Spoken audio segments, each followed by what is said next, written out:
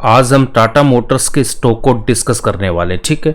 तो टाटा मोटर्स का ये जो शेयर है, इसका अभी हम ये चार्ट देख लेते हैं, उसके बाद इसके जो फाइनेंशियल फंडामेंटल्स है वो भी चेक करेंगे। एंड इस टाटा मोटर्स का जो फ्यूचर ग्रोथ है वो क्या है, कितना हो सकता है ये स्टॉक, और कब इसमें ट्रेड लेनी है, क्या करना है। यहाँ पे आप देख सकते हो क्लियरली, जब टाटा मोटर्स ने यहाँ पे हाई यहाँ पे लगाया था, लाइफ टाइम हाई इसका यहाँ पे था, तो इस समय अगर मैं यहाँ पे एक हॉरिजॉन्टल लाइन ड्रॉ करता हूँ तो इसका हाई आता 1178, यहाँ पे देखते हैं 1179, ठीक है। और लो मारा था 57536 का, और अभी करंट प्राइस है इसका 696। अब यहां पे हम देख लेते हैं, देखो अगर मैं टॉप से बात करता हूं तो टॉप से ये कितना स्टॉक यहां पे टूटा था, अगर यहां पे आते हैं बॉटम में तो ऑलमोस्ट 55% ये स्टॉक हमारा डाउन आया था। उसके बाद देखो ये आया था अप्रैल 2025 में, उसके बाद ये स्टॉक वापस रिकवर हुआ। और अभी अगर मैं प्रेजेंट बात करता हूं इसकी, तो अभी भी ये जो स्टॉक है हमारा कितना डाउन है, अभी ये टॉप से हमारे पास में डाउन है ऑलमोस्ट 41%, ठीक है। तो 41% ऑलमोस्ट ये लाइफ टाइम हाई से अभी डाउन पे है, तो मतलब यहाँ पे अच्छी खासी अपॉर्चुनिटी है। अगर ये स्टॉक यहाँ से वापस चलना स्टार्ट करता है, और अगर यहाँ से मैं करंट प्राइस से लाइफ टाइम हाई पे ले जाता हूँ, तो हमें यहाँ पे 69 मतलब 70%, तो 70% का गेन हमें सिंगल ट्रेड में यहाँ पे मिल रहा है, ठीक है। अगर ये 70% का गेन हमें अगर 2 इयर्स में भी आ रहा है, तब भी हमारे पास में कितना हो रहा है, यहाँ पे 35% का गेन पर ईयर है, जो कि बहुत अच्छा यहाँ पे आपको गेन ये स्टॉक देके जाएगा, ठीक है। तो 1 to 2 इयर्स का यहाँ पे हमें टाइम पीरियड लेके चलना है, ये है ना। 1-2 महीने में आपका टारगेट अचीवमेंट नहीं होने वाला है, ठीक है। तो ये स्टॉक आपको 1 से 2 साल में 70% का रिटर्न देगा, ये मान के चलना आप, ठीक है। ओके, अब हमें यहाँ पे इन्वेस्टमेंट करना इसमें नहीं करना, उसके लिए हम एक बार फंडामेंटल देख लेते हैं इस स्टॉक के। तो अगर मैं इस स्टॉक की बात करता हूं तो ये स्टॉक आपको डिविडेंड भी देता है, ठीक है। ये स्टॉक आपको डिविडेंड भी देता है, आरओसी आरओई यहाँ पे इसके शानदार है, जबरदस्त है। उसके बाद अगर हम चलते हैं, देखो स्टॉक की अगर पी रेशियो की बात करता हूं, ये भी सिंगल डिजिट में ना, तो सिंगल डिजिट में अगर पी है तो ये बहुत अच्छी बात है, मतलब स्टॉक बहुत सस्ता है अभी हमारे पास ही, है ना। अब इसकी मैं सेल्स की बात कर लेता हूं, तो सेल्स देखो यहाँ पे आपके पास में अच्छी खासी इंप्रूवमेंट हुआ था, ऑल टाइम हाई सेल्स है यहाँ पे। अब इसका जो प्रॉफिट है वो कितना आया था, नेट प्रॉफिट की बात करता हूं, तो ये जो ऑल टाइम हाई यहाँ पे था प्रॉफिट, और अभी ये जो प्रॉफिट है वो आपके पास ऑल टाइम हाई तो नहीं है, but second all time high है।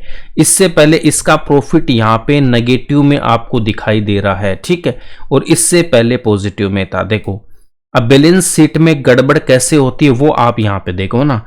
तो बैलेंस शीट में हमें क्या देखना होता है, एक तो ये गड़बड़ कहां पे करेंगे, टैक्स में करेंगे। टैक्स में क्या हो जाएगा, यहाँ पे आप देख सकते हो टैक्स में देखो कितना देर का 60% का टैक्स दे दिया, ऑलरेडी यहाँ पे माइनस में था ये, ठीक है, और इसमें ऑलरेडी 60% टैक्स देके इस स्टॉक को और माइनस में लाया गया, जिससे इस स्टॉक को और नीचे लेके आए जाए, ठीक है। तो ये कौन करते हैं, ये ऑपरेटर्स का गेम होता है। ऑपरेटर्स चाहते हैं ये स्टॉक अभी और नीचे आए, हमें और इसमें अपनी पोजीशन को बनाना है, इसलिए वो ये सब गेम खेलते हैं। अब ऑपरेटर्स कौन होते हैं, ऑपरेटर्स की अगर हम बात कर लेते हैं तो देखो ऑपरेटर्स, देखो इसका शेयर होल्डिंग पैटर्न में प्रमोटर्स होते हैं, प्रमोटर्स हैं इन्वेस्टर्स। ये कभी भी अपना स्टेक बेचते नहीं है ना, ये नहीं कि 6 महीने में मेरा टारगेट आया निकल जाऊंगा, ये सब ये नहीं होते। एफआई एंड डीआईस ये खुद का पैसा होता है कि इनके पास, नहीं, ये अदर्स का पैसा होता है जो एसआईपी में लगाते हैं ना, तो इनका पैसा होता है, ये यहाँ पे ऑपरेटर्स होते हैं। और पब्लिक में अगर मैं देखता हूं तो एचएनआईज जो होते हैं, ठीक है, हाई नेटवर्थ इंडिविजुअल्स, जिनकी नेटवर्थ अच्छी खासी होती है। देखो रेखा झुंझुनू राकेश झुंझुनू वाले की वाइफ है जो, है ना, उन्हीं की फैमिली से ये, ठीक है। और उन्होंने स्टेक यहाँ पे देखो इंक्रीज किया था, और यहाँ पे क्लियरली देख सकते हो, यहाँ पे इन्होंने वापस अपना इस 2024 में सितंबर क्वार्टर में फिर से अपना स्टेक इंक्रीज किया है। तो यहां से सिग्नल हमें मिल जाता है, जब एचएनआई होता है वो जब किसी स्टॉक में और इन्वेस्टमेंट अपना इंक्रीज कर देता है, इसका मतलब है इसको अभी ये और अच्छा स्टॉक लग रहा है, ठीक है। अब उसके बाद आप यहां पे देख सकते हो 42.58 यहाँ पे प्रमोटर्स है, फिर ऑलमोस्ट 18 और यहाँ पे 17 ये आपकी डीआईज है। तो पब्लिक के पास अगर मैं यहाँ पे 22.39 से 1.3 हटा देता हूं तो ऑलमोस्ट हमारे पास कितना आ जाएगा यहाँ पे 21%। ठीक है, तो 21% किसके पास है? रिटेल पब्लिक के पास है। ओके, तो इसका मतलब क्या हो जाएगा? हमारे पास 79% है इसका जो शेयर है वो किसके पास है? स्ट्रॉन्ग हैंड्स के पास है ना। प्रमोटर्स FIDI HNIG होते हैं स्ट्रॉन्ग हैंड्स, और पब्लिक मतलब रिटेल पब्लिक वो होती है वीक हैंड्स। तो स्ट्रॉन्ग हैंड में ऑलमोस्ट हमारा 80% इसका शेयर है, तो ये स्ट्रॉन्ग शेयर होल्डिंग पैटर्न है। और यहाँ पे क्लियरली मैं देख रहा हूं इसका जो प्रॉफिट है वो ऑल टाइम हाई है क्या? यस, ऑल टाइम नहीं, सेकेंड ऑल टाइम हाई है ना। यहाँ पे देखो ऑल टाइम से थोड़ा कम है, बट ये ऑल टाइम यहाँ पे नहीं था ना, ऐसे करके ये करते हैं बैलेंस शीट में। तो यहाँ पे क्लियरली आप देख सकते हो सेल्स ऑल टाइम हाई है।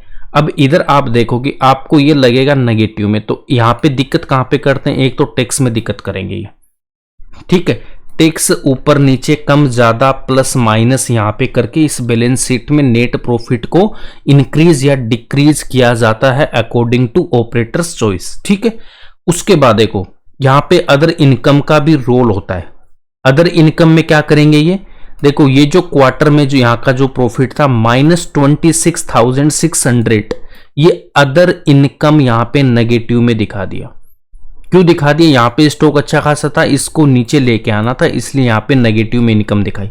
ठीक है, उसके बाद आप ये देख सकते हो यहाँ पे भी नेगेटिव में इनकम इसमें शो की गई है, नेगेटिव में इसको नीचे रखा गया था स्टॉक को, करेक्ट। और यहाँ पे स्टॉक को ऊपर लेके जाना था, इसलिए यहाँ पे देखो टैक्स -14 कर दिया। तो क्लियरली आप देख सकते हो मार्च 23 के बाद में इस स्टॉक को मतलब मार्च 22 से मार्च 23 में पॉजिटिव लाया गया। तो आप देखो मार्च 23 में स्टॉक कहां पे था? अगर मैं इस स्टॉक की बात करता हूं तो मार्च 23 में ये स्टॉक कहां था हमारे पास में?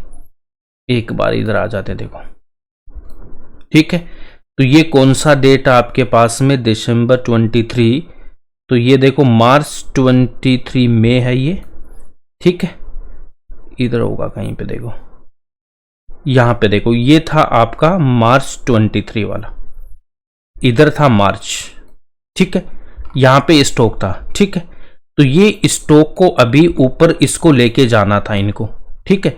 यहां पे इसने हाई बनाया था, तो आप यहां पे भी देख सकते हो ये स्टॉक चलना स्टार्ट किया था।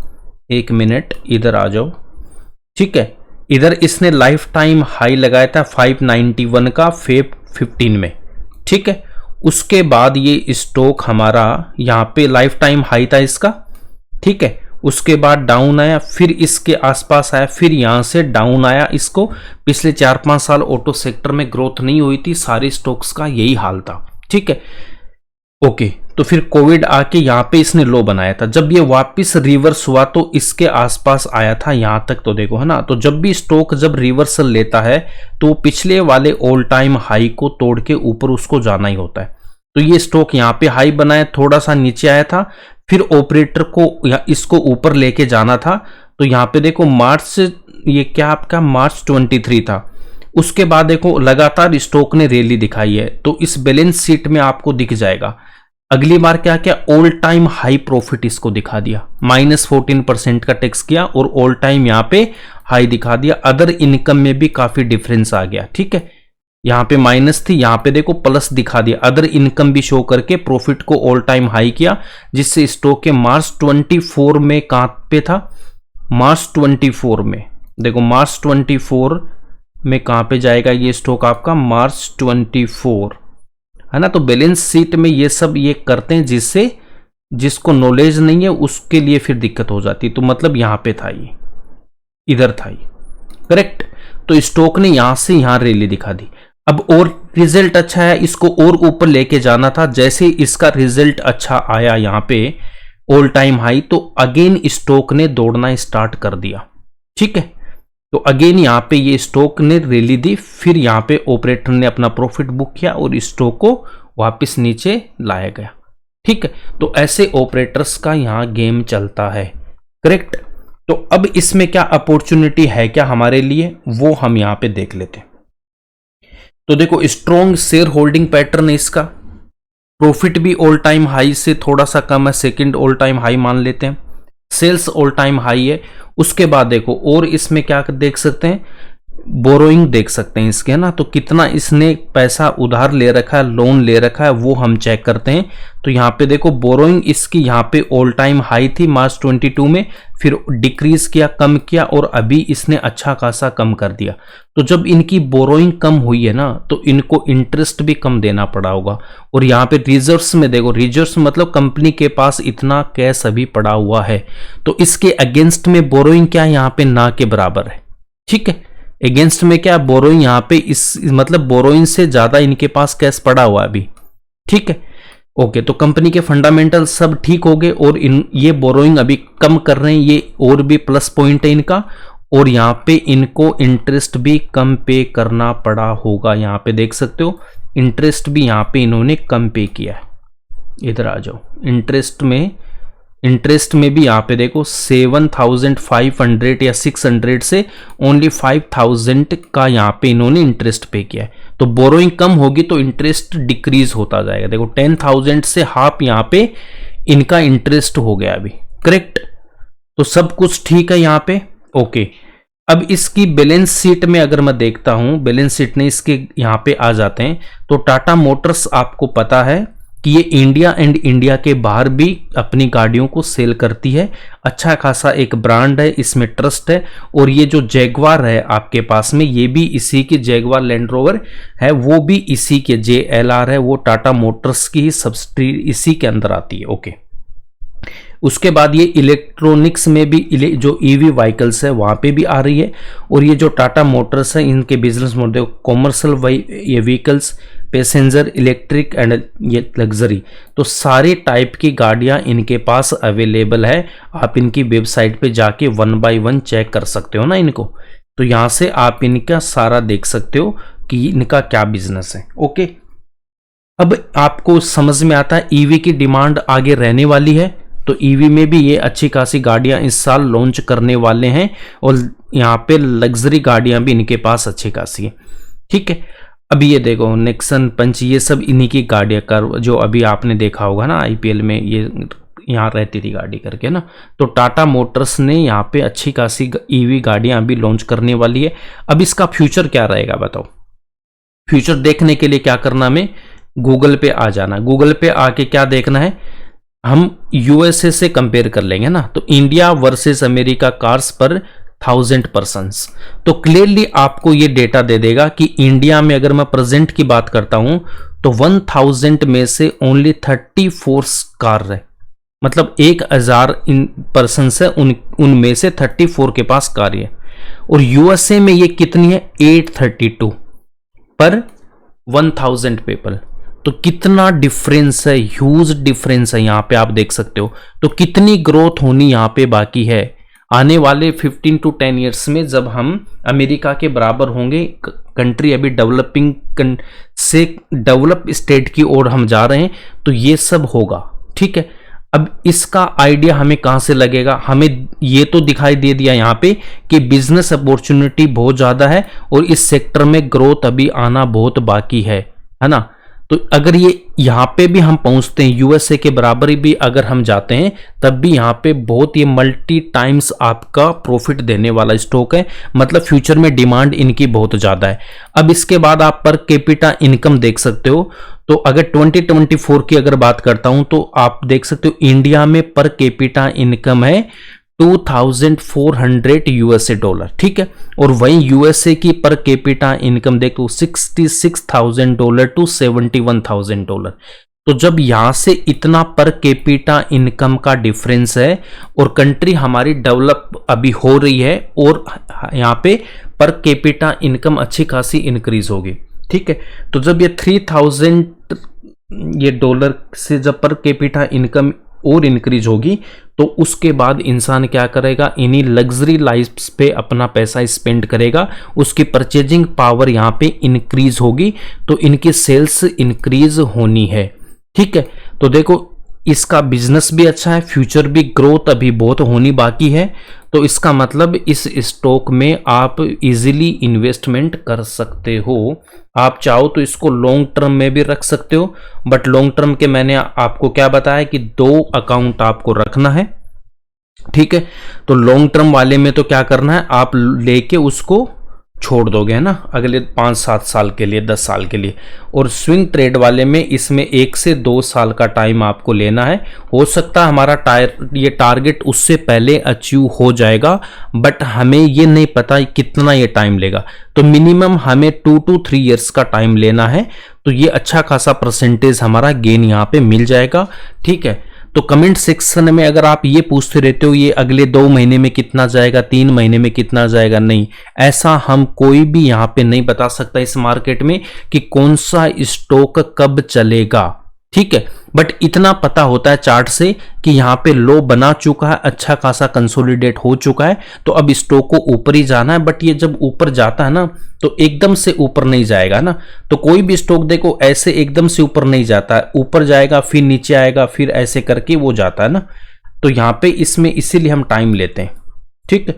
तो 2 से 3 साल का टाइम पीरियड आपको यहाँ पे लेना है मिनिमम इस स्टॉक में इन्वेस्टमेंट करने के लिए। बाकी फंडामेंटल्स अच्छे हैं, स्ट्रॉन्ग ब्रांड है, फ्यूचर डिमांड है, सब कुछ ठीक है। तो इस स्टॉक में इन्वेस्टमेंट करने से पहले आपको क्या करना है, ट्रेडिंग वाला अलग रखना है और लॉन्ग टर्म वाला अकाउंट आपको अलग रखना है, ठीक है। और 3% से 5% तक आप इन्वेस्टमेंट कर सकते हो एक स्टॉक में, बट उससे ज़्यादा बिल्कुल भी नहीं। और मैं हर बार बोलता हूँ किसी से लोन लेके नहीं करना है, अपना खुद का पैसा होना चाहिए जो अगले 5 ईयर्स तक आपको रिक्वायरमेंट ना हो उस पैसे की, ठीक है।